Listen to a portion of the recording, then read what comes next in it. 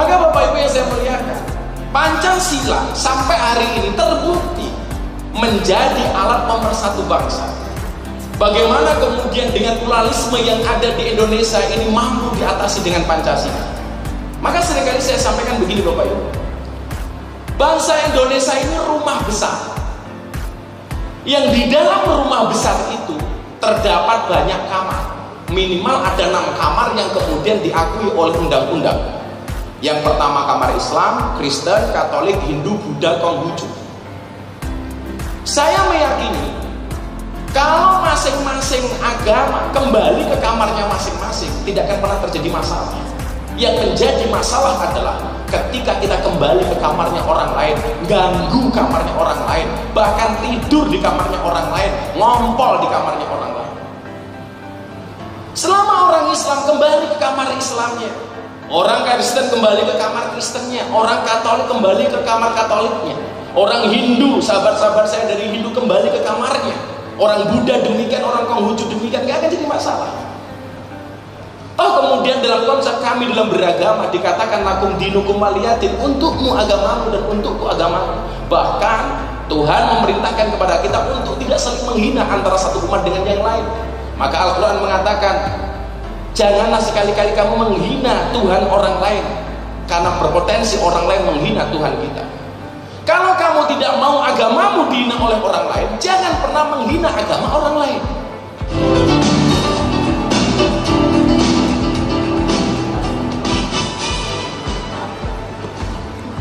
Assalamualaikum warahmatullahi wabarakatuh.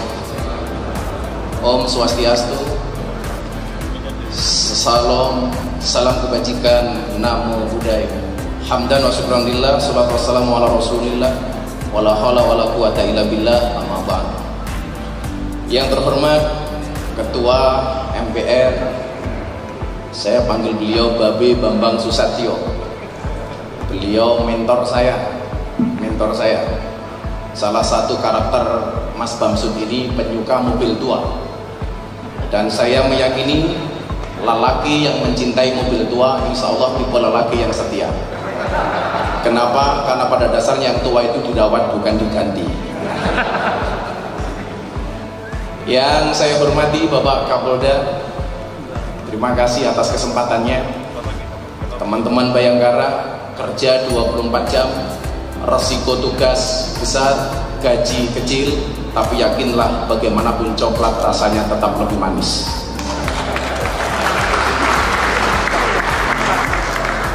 Kenapa saya ngomong demikian? Supaya honornya ditambah.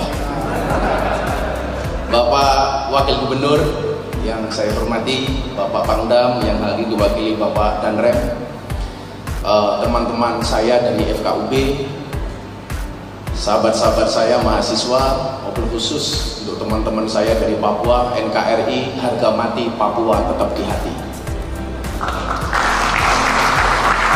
Dan para hadirin yang berbahagia, saya biasanya harus pakai kacamata, tapi tadi saya disindir sama Mas Bamsud, Gus sekali-kali dilepas. Kenapa Mas?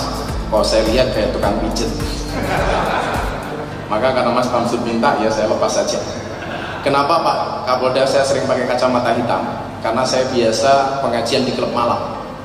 Apakah tujuannya untuk melindungi pandangan? Tidak Pak, supaya kalau ngelirik tidak kelihatan. Bapak Ibu yang saya muliakan, saya mencatat ada 4 akar masalah seseorang itu sakit atau dapat masalah. Yang pertama adalah pola makan, yang kedua adalah pola pikir, yang ketiga adalah pola hidup, dan yang keempat adalah kebanyakan pola. Hari ini saya akan fokus menyampaikan tentang pola pikir. Tentunya pola pikir dalam ranah kebinekaan, dalam ranah toleransi. Bagaimana beberapa waktu yang lalu saya dihabisi di media sosial gara-gara ceramah saya di peresmian GBI, Gereja Bethel Indonesia, di Penjaringan, Jakarta Utara. Yang saat itu saya menyampaikan orasi kebangsaan, menjaga kebinekaan di tengah-tengah pluralisme yang ada di Indonesia. Saat itu jutaan kali video itu ditonton, bahkan nama Gus Miftah sempat trending di Twitter beberapa hari. Begitu banyak komentar, salah satunya mengatakan Miftah kafir, hilang Islamnya gara-gara ceramah di gereja. Saya saat itu berpikir begini, kalau saya masuk gereja dalam rangka peresmian gereja, saya dibilang kafir, gugur keislaman saya.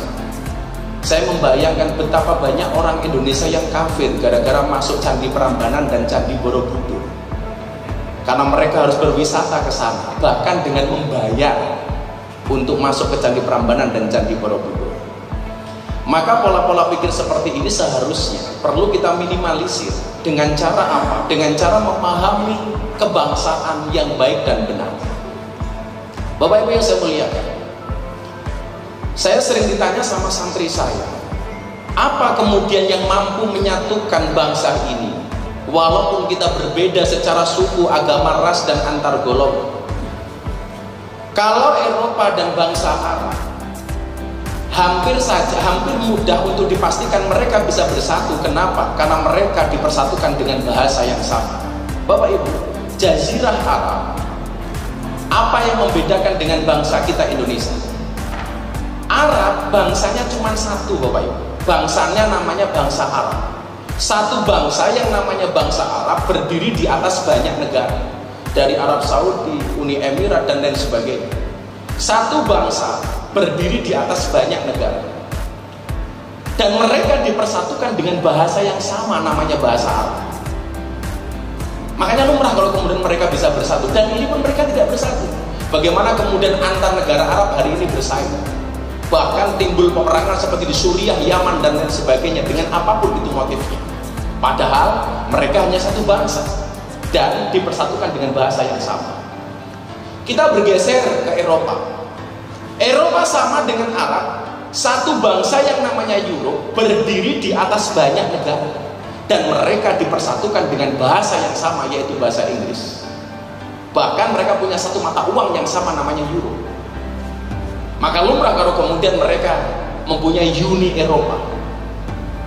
Kalau kemudian kita tarik ke Indonesia, apa yang membedakan antara Indonesia dengan Eropa dan Arab, bangsa Arab? Jelas perbedaannya sangat signifikan. Perbedaannya adalah Indonesia hadir dengan banyak bangsa, berdiri di atas satu negara namanya Indonesia. Coba kita lihat dari bangsa Bali yang punya kerajaan sendiri, Kalimantan punya kerajaan sendiri, Sriwijaya di Palembang dengan kerajaannya, belum lagi kemudian banyak bangsa-bangsa yang ada di tanah Jawa. Puluhan ribu bangsa yang ada di negara ini, tetapi hadir di atas satu negara yang namanya Indonesia. Puluhan bangsa, bahkan ratusan bangsa berdiri di atas satu negara yang namanya Indonesia. Pertanyaannya adalah, apa yang mempersatukan bangsa ini? Yang pertama, yang mempersatukan adalah rasa senasib dan sepenanggungan, senasib dan sependeritaan atas penjajahan 350 tahun yang kita alami. Dan yang kedua jawabannya adalah, kenapa begitu banyak bangsa bisa berdiri di atas satu negara dan bisa akur? Karena kita dipersatukan dengan satu ideologi yang sama, yaitu Pancasila. Makanya saya dari simpan matur di hadapan Bapak Kapolda, kadang-kadang bangsa ini aneh. Orang yang melanggar narkoba dikasih julukan duta narkoba. Di Surabaya kemarin, orang melanggar masker dikasih julukan duta masker. Nah, saya kemana-mana ngomong Pancasila, sampai hari ini MPR belum memberikan julukan kepada saya duta Pancasila. Ini PR untuk ketua MPR. Maka Bapak Ibu yang saya muliakan, Pancasila sampai hari ini terbukti menjadi alat pemersatu bangsa. Bagaimana kemudian dengan pluralisme yang ada di Indonesia ini mampu diatasi dengan Pancasila? Maka seringkali saya sampaikan begini Bapak Ibu, bangsa Indonesia ini rumah besar, yang di dalam rumah besar itu terdapat banyak kamar. Minimal ada 6 kamar yang kemudian diakui oleh undang-undang. Yang pertama kamar Islam, Kristen, Katolik, Hindu, Buddha, Konghucu. Saya meyakini kalau masing-masing agama kembali ke kamarnya masing-masing, tidak akan pernah terjadi masalah. Yang menjadi masalah adalah ketika kita kembali ke kamarnya orang lain, ganggu kamarnya orang lain, bahkan tidur di kamarnya orang lain, ngompol di kamarnya orang lain. Selama orang Islam kembali ke kamar Islamnya, orang Kristen kembali ke kamar Kristennya, orang Katolik kembali ke kamar Katoliknya, orang Hindu, sahabat-sahabat saya dari Hindu kembali ke kamarnya, orang Buddha demikian, orang Konghucu demikian, gak akan jadi masalah. Oh, kemudian dalam konsep kami dalam beragama dikatakan lakum dinukum waliyatin, untukmu agamamu dan untukku agamamu. Bahkan Tuhan memerintahkan kepada kita untuk tidak saling menghina antara satu umat dengan yang lain. Maka Al-Quran mengatakan, janganlah sekali-kali kamu menghina Tuhan orang lain, karena berpotensi orang lain menghina Tuhan kita. Kalau kamu tidak mau agamamu dihina oleh orang lain, jangan pernah menghina agama orang lain. Maka hari ini kalau toh kemudian ada paham-paham seperti itu, jelas itu bukan merupakan ajaran agama. Paham-paham seperti itu berangkat dari paham yang salah atau salah paham. Maka saya sering mengatakan, ikutlah pendapat ahli, jangan ikut-ikutan orang yang ahli berpendapat. Kalau ahli berpendapat, Pak, ya mohon maaf, semua orang hari ini merasa ahli, karena semuanya merasa punya TV. Kalau dulu orang membuat TV dengan modal 500 miliar sampai 1 triliun, Pak. Sekarang orang bikin TV cukup dengan 1 HP. Minimal kita punya IGTV, yang semua orang bisa ngomong apapun yang dia mau. Maka saya sampaikan, postinglah yang penting, jangan yang penting posting. Hari ini Bapak Ibu, betapa dahsyatnya ini. Kalau bapak-bapak polisi, bapak-bapak tentara punya pistol, 1 peluru bisa kena 1 kepala. Hari ini dengan 1 postingan yang Anda posting di media sosial bisa menghantam jutaan kepala. Itulah kenapa Ketua MPR masih buat channel YouTube. Yang kemarin saya mikir, ini Ketua MPR, pengusaha besar, uangnya banyak, masih punya channel YouTube. Apa penghasilannya kurang, Pak Bambang? Nah, pemahaman-pemahaman seperti ini hari ini di tengah-tengah berkurangnya rasa nasionalisme dan kebangsaan, tentunya ini perlu kita sampaikan kepada masyarakat. Bapak Ibu, saya kemarin begitu bingungnya dan gak habis pikir ketika nama seorang pahlawan nasional, Kiai Haji Hasyim Asy'ari, seorang pendiri Nahdlatul Ulama sebagai organisasi terbesar di dunia, dan berikut beliau adalah pahlawan nasional, nama beliau hilang dari kamus besar bahasa Indonesia. Yang menjadi persoalan bagi saya adalah di tengah-tengah lunturnya nilai kebangsaan, seorang pahlawan kita lupakan dari sejarah. Bukan persoalan Hasyimnya bagi saya, tapi persoalan bahwa beliau adalah pahlawan nasional. Orang-orang seperti saya lahir karena pendidikan yang saat itu saya terima. Bagaimana kemudian ketika saya dulu SD, Pak Kapolda, saya diajarkan untuk mencintai bangsa ini. Maka pendidikannya pun support supaya kita mencintai bangsa ini. Dulu kalau Bapak masih ingat, ada pelajaran namanya PSBB, Pendidikan Sejarah Perjuangan Bangsa. Ada wawasan kebangsaan, ada pendidikan Pancasila, ada pendidikan kewirausahaan. Kita diperintahkan untuk menghafalkan lagu-lagu kebangsaan. Kita diperintahkan untuk menghafal nama-nama pahlawan. Tujuannya apa? Tujuannya satu, supaya peserta didik mencintai bangsanya. Coba sekarang Anda lihat pendidikan hari ini, gak ada, Pak. PSBB gak ada, PSBB gak ada. Gak ada lagi siswa-siswa hari ini menghafal lagu-lagu kebangsaan. Maka saya sangat apresiasi terhadap Gubernur Daerah Istimewa Yogyakarta, Ngarsodaru. Setiap jam 10 pagi di Jogja diberlakukan menyanyikan lagu Indonesia Raya. Karena memang nilai-nilai itu hari ini menurun, Pak. Anak-anak sekarang sudah tidak kenal lagi dengan nama-nama pahlawan. Dulu kita diperintahkan untuk mengenal nama Cut Mutia, Cut Nyadin. Sekarang nggak kenal, Pak. Taunya Cut Mini, Cut Gege, Cut Tari.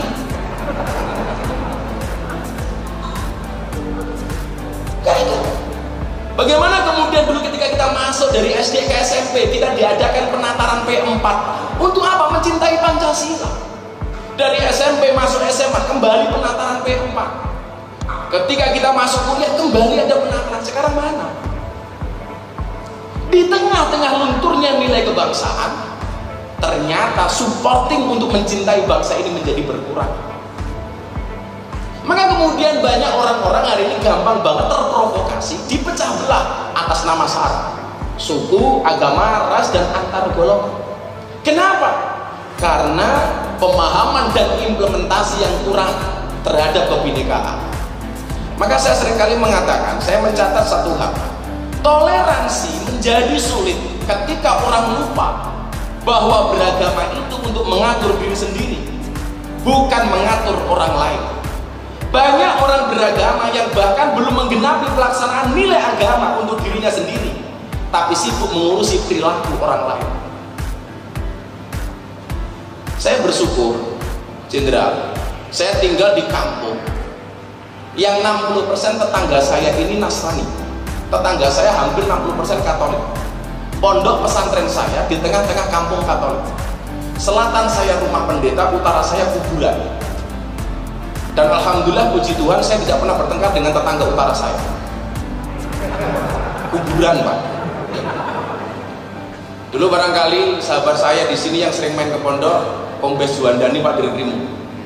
Karena waktu itu posisi beliau menjadi Kasubdit Jatan Ras. Main ke pondok bukan karena pengen belajar ngaji, Pak, karena di Polda nggak ada makan siang. Bagaimana kemudian kita menanamkan nilai-nilai kebinekaan dan toleransi di kampung saya itu begitu indah, Pak. Di saat ada kawan saya Nasrani meninggal dunia, mereka sembahyang mendoakan almarhum yang meninggal dunia. Kita orang-orang Islam ini hadir di belakang. Mereka sembahyangan mendoakan jenazah almarhum yang meninggal dunia, kita di belakang. Saat nanti makan tiba, teman-teman yang muslim diajak gabung. Jadi baik teman-teman Nasrani maupun muslim makan bareng. Begitu juga sebaliknya, ketika ada orang Islam meninggal dunia, kita punya ibadah namanya tahlilan, mendoakan orang mati. Kawan-kawan saya Nasrani mereka di belakang, begitu nanti tahlilan selesai mereka gabung untuk makan bareng. Itu di kampung saya, Mas Bapak. Ketika Idul Fitri datang, kawan-kawan saya Nasrani masak.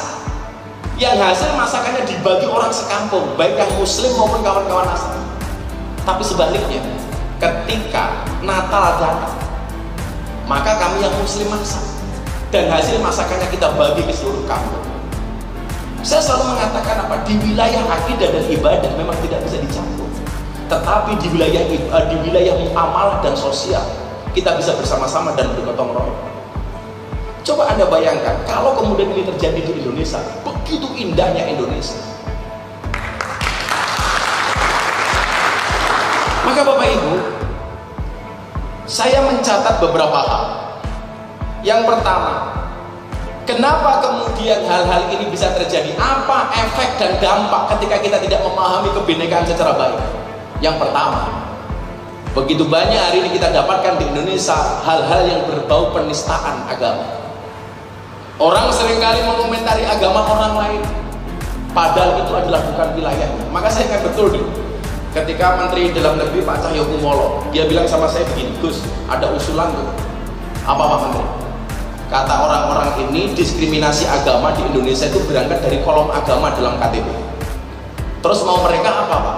Mereka menginginkan menghapus kolom agama dalam KTP. Kolom agama dalam KTP dihapus saja. Saat itu saya bilang sama Pak Menteri, Pak Menteri, saya nggak setuju kalau kolom agama dalam KTP dihapus. Bagi saya ini adalah identitas yang membanggakan. Ketika Anda punya KTP beragama Hindu, banggalah dengan KTP-mu dan identitasmu. Anda orang Islam, ber-KTP, berkolom agama Islam, harus Anda bangga. Saya tidak setuju kalau kolom agama dalam KTP dihapus.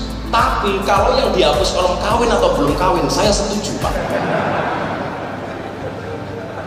Lumayan Pak, bujang terus kita Pak. Walaupun kemarin saya guyon sama istrinya Babe Bamsud, Indonesia itu gak aneh Bi. Kenapa? Kartu keluarga, judulnya kartu keluarga tapi bentuknya surat Pak Wagub. Coba Anda lihat, kartu keluarga bentuknya surat. Surat izin mengemudi bentuknya kartu. Ini yang salah siapa?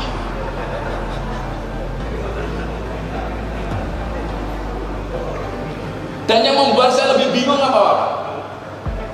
Semua identitas itu ada masa kadaluarsanya. SIM ada masa kadaluarsanya, KTP ada masa kadaluarsanya. Begitu surat nikah, nggak ada masa kadaluarsanya.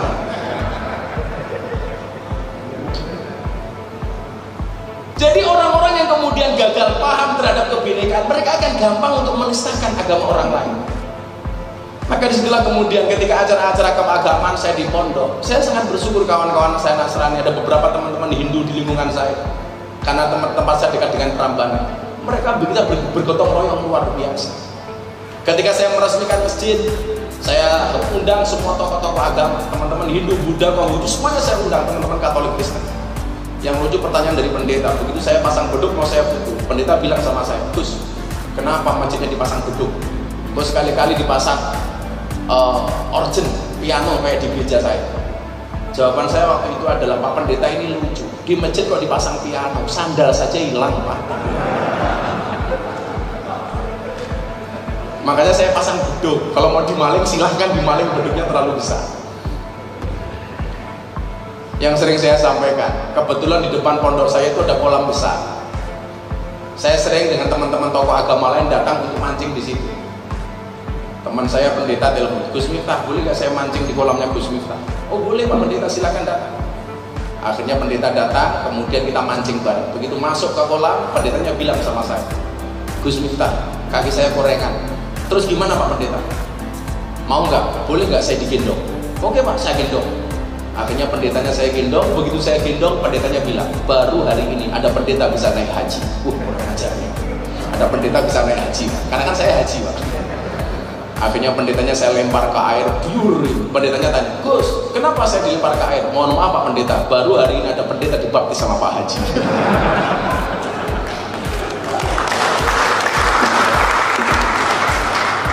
Jadi ada anggapan diskriminasi ini berangkat dari kolom agama dalam KTP, saya nggak setuju. Tapi juga ada kemudian pandangan-pandangan terlalu berlebihan. Contoh begini, ada seorang ulama yang mengatakan di sebuah acara televisi, menurut saya semua agama itu benar, titik. Menurut saya kalimat ini benar tapi kurang tepat, kurang komplit. Semua agama itu benar bagi penganutnya. Kalau semua agama itu benar, titik, saya khawatir orang akan dengan mudah gonta-ganti agama. Katakanlah semua agama itu benar, titik. Nanti Pak Ketua MPR tiap hari ganti agama, Bang Juandani tiap hari ganti agama. Bang Juandani hari Senin Islam, hari Selasa Kristen, hari Rabu Katolik, hari Kamis Hindu, hari Jumat Buddha, hari Sabtu Darmo Gandul, hari Minggu Ganduli Mbak Darmo. Semua agama itu benar bagi penganutnya. Semua agama yang diakui oleh undang-undang berhak menjalankan perintah agamanya tanpa mendapatkan gangguan dari pihak manapun. Maka saya begitu cinta dengan Bali. Kenapa? Tahun 2018 kebetulan saya sudah 6 tahun waktu itu kajian di Bose VIP Club Bali dengan anak-anak dunia malam, anak-anak klub malam, anak-anak dunia hiburan. Sebenarnya bukan klub malam sih Pak Kapolda, puskesmas, pusat kesenangan mas-mas. Dan pekerjaan mereka sebenarnya cuma satu Mas Bangga, mewarnai kehidupan rumah tangga orang lain. Karena rata-rata di Bali ini adalah karaoke keluarga berantakan. Saat itu saya minta izin kepada teman-teman Hindu. Awal-awal saya bikin pengajian di klub malam, karena kebetulan banyak karyawan dan mbak-mbak yang ada di sana beragama Islam. Saya ketemu dengan teman-teman saya pecala, tokoh-tokoh agama, tokoh-tokoh adat. Ini teman-teman saya di sini pengen menggelar pengajian di dalam kafe. Apakah kawan-kawan saya dari Hindu pecala membolehkan bisa melakukan itu? Dan mereka mengatakan, mangga Gus, gak ada masalah. Bahkan saya hadir di bandara dijemput oleh teman-teman pecala, teman-teman tokoh-tokoh agama, tokoh-tokoh ada di Bali. Bagi saya ini luar biasa. Maka saya sampaikan, beli kemiri, keliru merica, aku datang ke Bali dengan membawa cinta. Mas Bamsu tahu cinta itu apa? Cinta itu seperti air kencing di dalam kolam renang. Maksudnya apa? Wujudnya tidak nampak tapi hangatnya bisa dirasakan. Bapak-bapak yang saya muliakan, orang yang kemudian pemahaman kebinekaannya salah, dia melahirkan satu penistaan agama, kemudian yang kedua adalah intoleransi.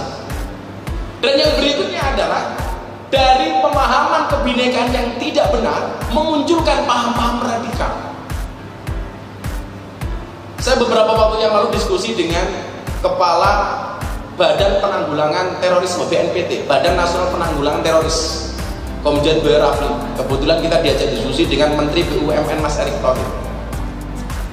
Yang kemudian hari ini membuat saya gelisah adalah paham-paham radikalis ini begitu banyak bertebaran di BUMN. Kenapa kemudian saya bersedih? Orang yang menggunakan fasilitas negara, makan uang negara, hidup dari gaji negara, justru kemudian digunakan untuk melawan negara. Dan ini betul-betul terjadi. Paham-paham keras. Maka kemudian menganggap semua orang lain salah, memunculkan tindakan-tindakan anarkisme, bahkan radikalis, bom dan lain sebagainya. Sampai saya sering guyon, tersangka bom di Makassar itu begitu mati ditanya sama malaikat, kamu baptisnya apa? Sorry malaikat, saya Islam bukan Katolik. Nggak percaya pasti kamu Katolik? Enggak malaikat, saya Islam. Malaikatnya bilang, saya nggak percaya kalau kamu Islam. Islam kok matinya di gereja. Pusing buat malaikatnya. Bapak Ibu, kalau masuk surga itu semudah dengan meledakkan diri dengan sabuk yang dia pakai, saya meyakini orang yang punya sabuk tidak akan pernah memberikan kepada orang itu, pasti dipakai sendiri. Dan ini pemahaman yang salah. Maka saya tadi janji sama Pak Ketua MPR, karena beliau hadir di sini, nggak afdol kiranya sebagai Ketua MPR tidak hadir di tengah-tengah kita. Saya minta kursinya satu lagi dong, saya mau ngobrol sama beliau. Karena kebetulan acara saya di TV itu bukan sebagai ustadz tapi sebagai host. Kita sambut Ketua MPR Bapak Bambang Susatyo. Seorang Ketua MPR terhadap acara Polda Bali hari ini silaturahmi kebangsaan demi merawat kebinekaan dan keutuhan NKRI. Ya, jadi makasih Gus Miftah, Pak Kapolda, Pak Danrem, Pak Wakil Gubernur dan seluruh jajaran Polda Bali beserta para mahasiswa, tokoh adat yang mewakili forum rektor atau perguruan tinggi yang ada di Bali. Pertama, saya merasa bangga dan senang bahwa Polda mengambil inisiatif untuk merangkul semua elemen bangsa kembali menemukan dalam momen kebangkitan nasional ini 20 Mei untuk kembali mempertebal nilai kebangsaan kita dalam pertemuan silaturahmi kebangsaan antar umat beragama.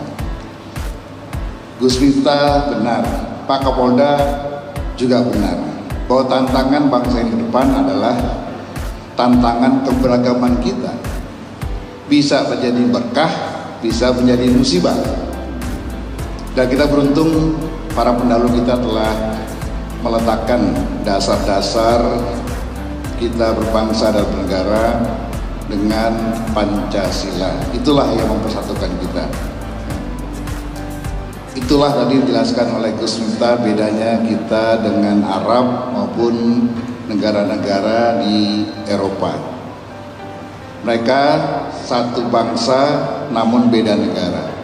Nah, kita berbagai macam bangsa tapi kita terikat dalam satu negara dengan filosofi atau dasar negara kita adalah Pancasila. Tantangan kita ke depan seperti yang Pak Kapolda sampaikan adalah berbagai macam ancaman perbedaan suku, bangsa, bahasa, agama. Ditambah lagi dengan kemajuan teknologi yang begitu luar biasa, sehingga kita perlu mawas diri dan tetap terus-menerus waspada menjaga keberagaman ini akan tetap menjadi berkah. Bapak sekalian, pandemi COVID ini kalau kita tidak salah atau tidak waspada dan tidak hati-hati betul bisa menjadi pemicu. Sebagaimana sejarah pandemi dunia, bahwa setiap negara akan melewati setidaknya ada 4 fase.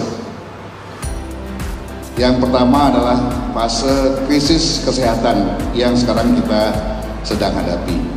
Seluruh dunia bersama-sama dengan 250 negara kita sedang menghadapi pandemi COVID-19.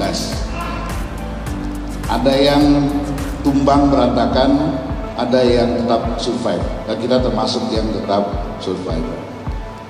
Kalau kita salah langkah dalam menjaga krisis kesehatan ini, maka akan bergeser menjadi krisis ekonomi. Nah, kita sudah masuk dalam fase ini nih. Makanya pemerintah tengah bekerja keras, dan tugas kita di sini adalah menjaga agar suasana tetap kondusif. Ekonomi bisa tumbuh, investor bisa datang ke negara kita kalau jaminan keamanan, stabilitas itu dapat mereka rasakan.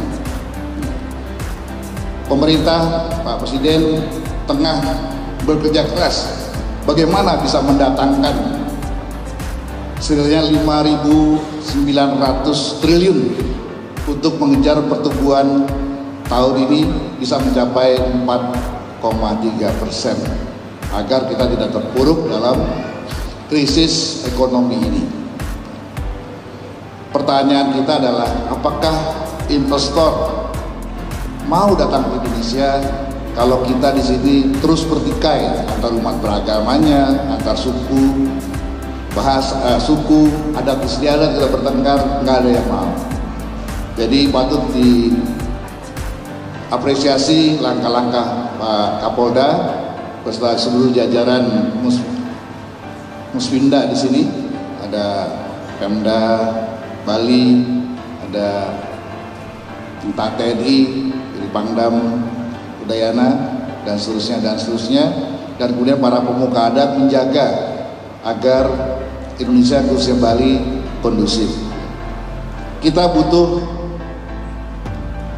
masih butuh 600 triliun lagi untuk mengisi APBN 2021 ini. Berbagai langkah telah dilakukan dengan meningkatkan penerimaan pajak dan seterusnya. Tapi apa iya pajak bisa membantu dalam situasi seperti ini? Rasanya tidak. Bali salah satu daerah yang paling terpuruk dalam situasi pandemi COVID. Karena selama ini Bali menjadi andalan atau mengandalkan penerimaan daerahnya dari sumber pariwisata. Beberapa seperti Badung pertumbuhannya minus malah 27, sekian persen. Hanya Jembrana yang masih tumbuh positif karena memang bergantung pada sektor pertanian, perikanan, dan lain-lain di luar daripada pariwisata. Tapi Bali akan mengalami ledakan pariwisata yang besar dan pertama nanti pasca COVID, karena sebuah survei pariwisata internasional mengatakan kemana para wisatawan dunia nanti akan memilih tempat liburan kalau COVID sudah hilang. Pilihan terbesar ada ke Bali. Jadi Pak Gubernur saya dengar juga sudah bersiap-siap untuk menyambut ledakan pariwisata ke depan. Di satu sisi tetap membenahi berbagai bolong-bolong penerimaan daerah yang terus merosot, tapi selain tetap mempersiapkan bahwa Bali akan mengalami ledakan pariwisata dalam beberapa waktu yang akan datang begitu COVID-nya selesai.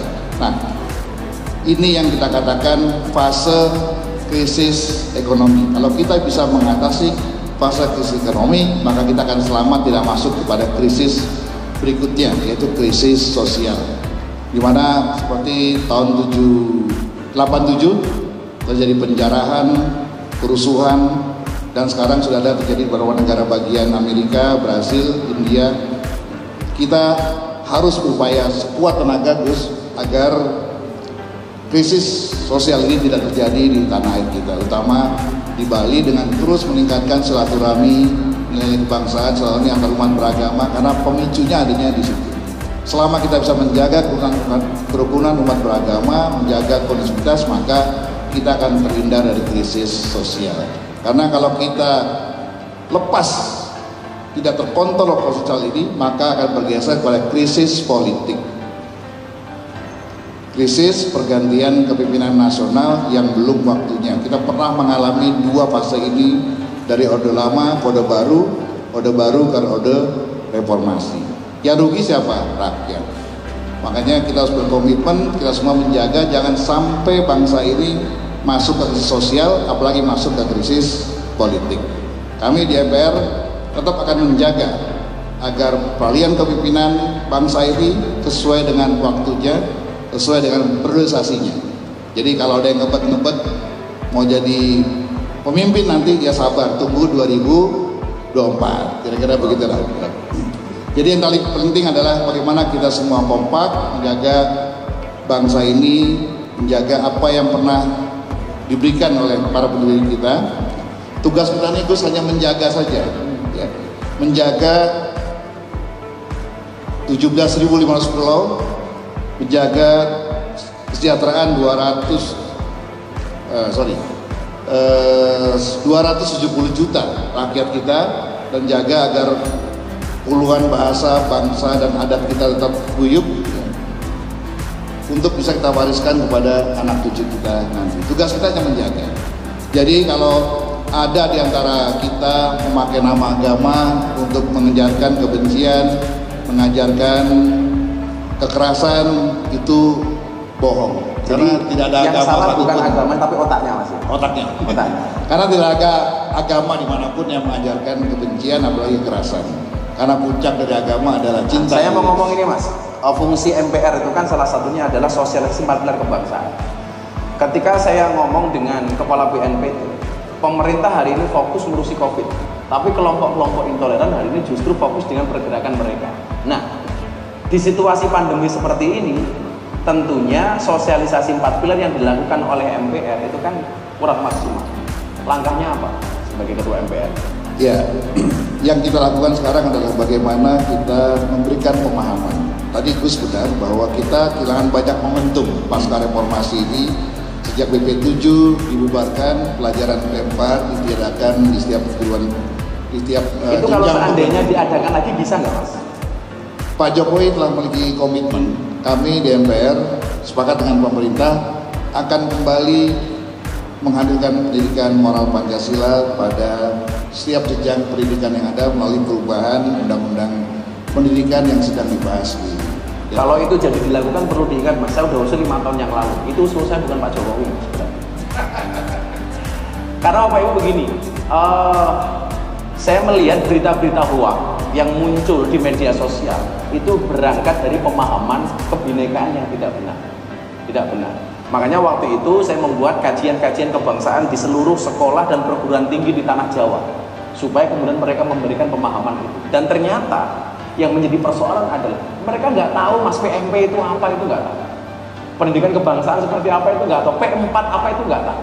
Lah, maksud saya Mas Bamsud dari ini hadir di sini di tengah-tengah pluralis seperti ini bisa nggak menyampaikan kepada pemerintah ini bisa menjadi agenda nasional? Iya, pemerintah telah menjawab Gus dengan membentuk BPIP, Badan Pembinaan Ideologi Pancasila, di mana ketua dewan pembinanya Bu Megawati.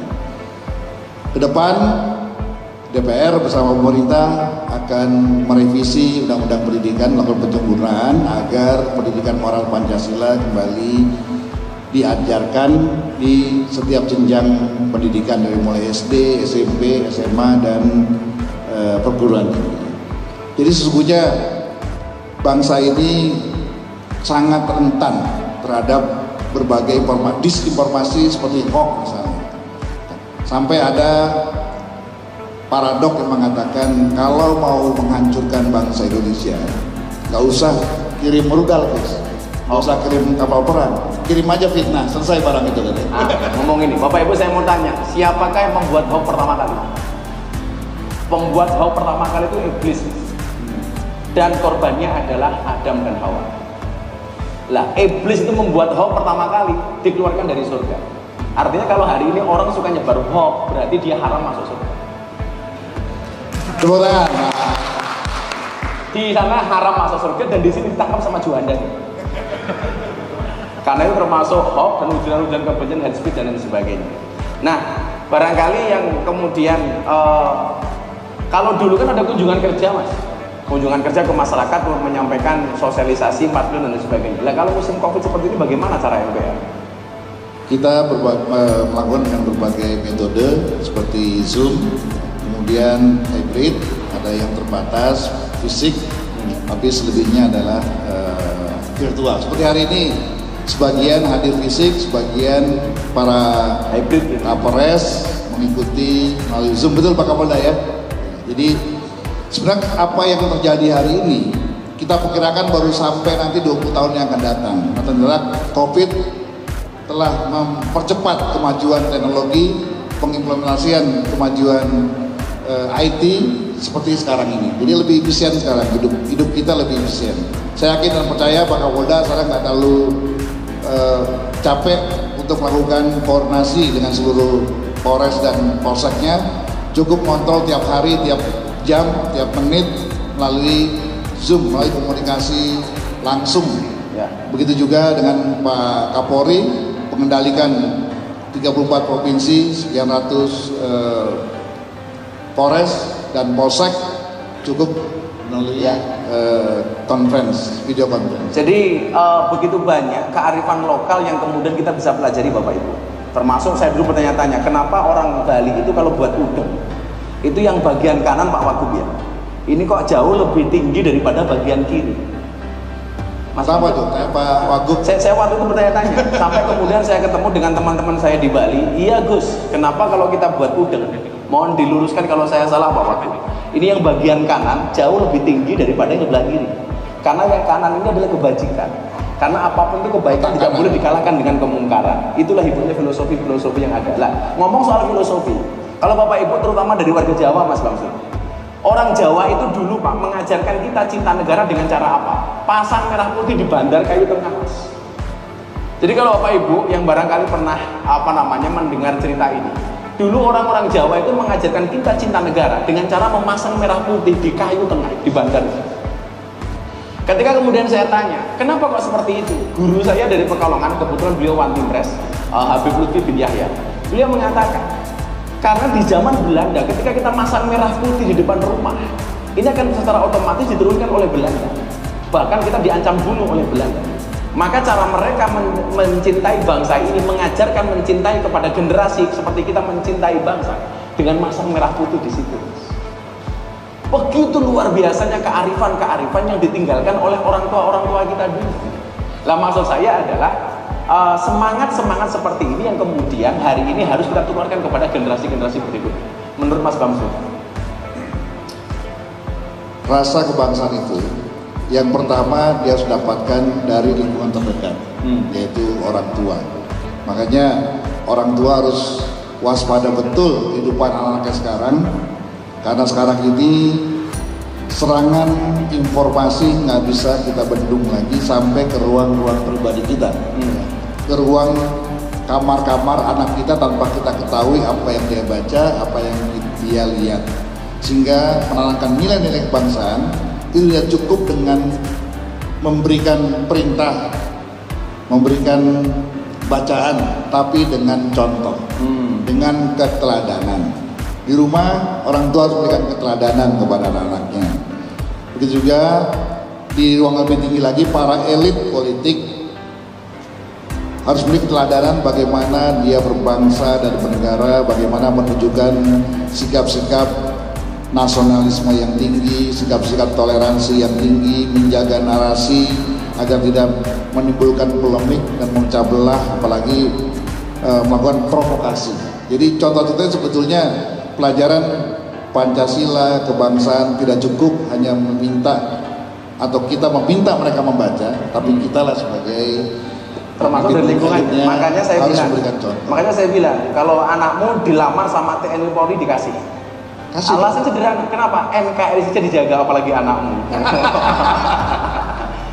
Jadi barangkali yang pengen saya sampaikan Bapak Ibu di penghujung acara kita ini, karena beliau juga harus meninggalkan acara ini, begitu banyak pola dan cara yang bisa kita lakukan. Bagaimana kemudian bangsa ini kembali dengan generasinya itu mencintai bangsa ini.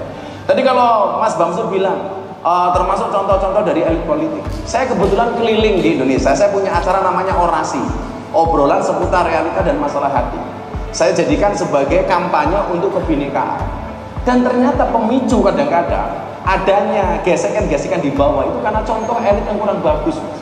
Termasuk perilaku-perilaku elit yang suka korupsi. Makanya saya itu semangat, jadi pejabat itu harus kaya dulu seperti Bamsud. Kaya dulu baru jadi pejabat, jangan jadi pejabat baru kaya, itu bahaya. Ya jadi pola-pola seperti ini kemudian kita juga minta dong. Kayak teman-teman saya pas ke Papua ketemu dengan teman-teman Papua. Kenapa kok di Papua sering ada seperti ini? Gimana Gus? Orang-orang Jakarta nggak memberikan contoh yang baik kepada kami. Lah tentunya kami berpesan kepada Pak Ketua MPR. Itu kira-kira Pak Ketua. Benar Gus, jadi ancaman kita selain radikalisme, kemiskinan, segala macam, yaitu yang paling dahsyat itu adalah korupsi. Pertanyaannya adalah kenapa makin kesini makin banyak korupsi kita? Kenapa banyak kepala daerah justru lebih banyak kena OTT dan ditangkap? Hampir 400 lebih kepala daerah ditangkap. Karena apa Gus? Karena biaya politik tinggi. Nah, betul Pak Wagub? Oh betul ya. Jadi inilah konsekuensi logis dari pilihan kita memilih demokrasi langsung. Sehingga ketika rakyat kita belum siap secara menerima sistem demokrasi ini, maka yang ada adalah NPWP, nomor piro wani piro. NPWP. Nomor piro wani piro. Jadi nggak ada satupun kepala daerah dari mulai bupati, wali kota, gubernur itu yang tidak mengeluarkan biaya besar untuk bisa maju sebagai calon, karena syaratnya harus didukung oleh partai politik dan itu adalah ongkos politik yang harus dibayar. Kalau ongkos politik aja mahal untuk menjadi seorang calon pemimpin, maka ketika kepilih pertanyaan kemudian adalah apakah ia bisa memikirkan langsung kesejahteraan rakyatnya? Saya ragu, karena pasti yang pertama dia pikirkan adalah bagaimana mengumpulkan dana kembali untuk maju lagi di periode yang akan datang. Bagaimana kemudian dia harus membayarkan pinjaman-pinjaman kanan kiri ketika dia maju. Nah ini juga kajian kepada para perguruan tinggi termasuk yang di Bali, apakah pilihan demokrasi kita ini saat ini, pemilihan langsung ini lebih besar manfaatnya atau lebih banyak mudaratnya bagi kehidupan kebangsaan kita. Karena inilah yang terus berdasarkan kajian KPK, ini kajian KPK ya, korupsi timbul karena budaya politik kita yang sangat melahirkan biaya tinggi. Kalau ini bisa kita eliminir, maka saya yakin dan saya percaya tingkat korupsi, indeks korupsi kita bisa ditekan dengan rendah. Ya mudah-mudahan saja ke depan makin hari rakyat kita makin sadar bahwa kita ini selama ini terjebak pada demokrasi angka-angka. Yang dikejar oleh para pemimpin kita adalah angka untuk mengalahkan lawan-lawan. Jadi bukan mengejar aspirasi yang bagus bagi rakyat dari rakyatnya, tapi mengejar angka-angka. Jadi sekarang ini kita terjebak, Pak Kapolda, terjebak pada demokrasi angka-angka. Inilah yang harus jadi evaluasi kita, apakah kita masih ingin meneruskan sistem demokrasi seperti ini atau kita kaji kembali, kita kembali kepada sila keempat kita. Tapi baik korupsi yang dipimpin oleh hikmat kebijaksanaan dalam pemusatan perwakilan. Tapi baik korupsi maupun COVID-19 itu solusinya sama, Mas. Korupsi dan COVID-19 solusinya sama, cuci tangan. Cuci tangan. Oh, cuci tangan. Ya kan korupsi hilang karena cuci tangan, Mas. COVID-19 juga sama karena cuci tangan. Saya sering guyon Pak Kapolda. Saya itu protes, kenapa banyak pejabat yang korupsi? Yang salah itu guru TK, Mas. Gara-gara dulu masuk TK kita diajarkan cerita judulnya Kancil Nyolong Timur. Cerita ini bagusnya di mana dan selalu berulang diceritakan kepada anak-anak cucu kita. Karena masa TK-nya dia diajari cerita judulnya Kancil Nyolong Timur, begitu jadi pejabat ya akhirnya mengalir kayak kancil, Mas. Tapi apapun itu, Pak, DPR yang korupsi itu besok termasuk surga, Mas. Jadi begitu DPR yang korupsi, ada kepala daerah yang korupsi itu masuk surga. Ada tokoh agama dari Hindu protes, malaikat itu kenapa ada DPR korupsi dia tetap masuk surga? Jawaban malaikat apa? Pak tokoh Hindu, DPR itu masuk surga, iya, tapi hanya kunjungan kerja. Nah, jadi ya ini langsung balik meneh mas.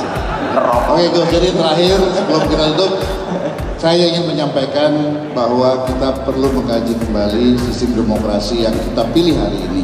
Ya. Jadi kalau kita pilih kembali seperti dulu bukan berarti kemunduran, tapi kita berupaya untuk menyelamatkan bangsa kita dari arah demokrasi yang sebetulnya banyak mengorbankan banyak hal.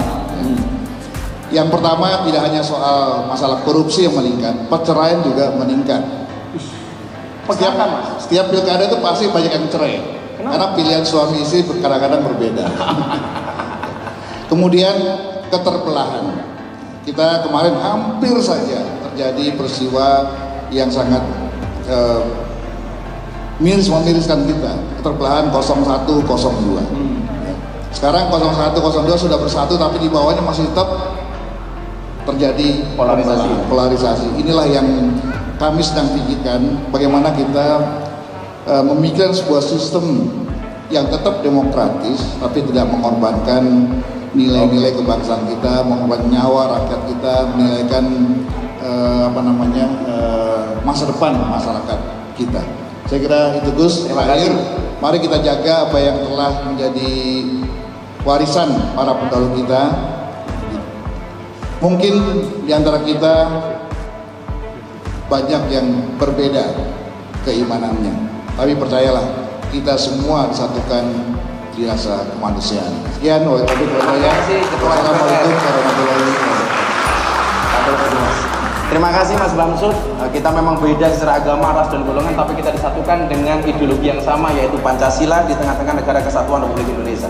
Bapak-bapak yang saya muliakan, caramu melakukan sesuatu bukanlah satu-satunya cara. Hargailah cara pandang yang orang lain. Kamu mungkin benar, tetapi mereka juga tidak salah. Pentingkan introspeksi, bukan interpretasi. Mawas diri, bukan harga diri. Toleransi, bukan arogansi.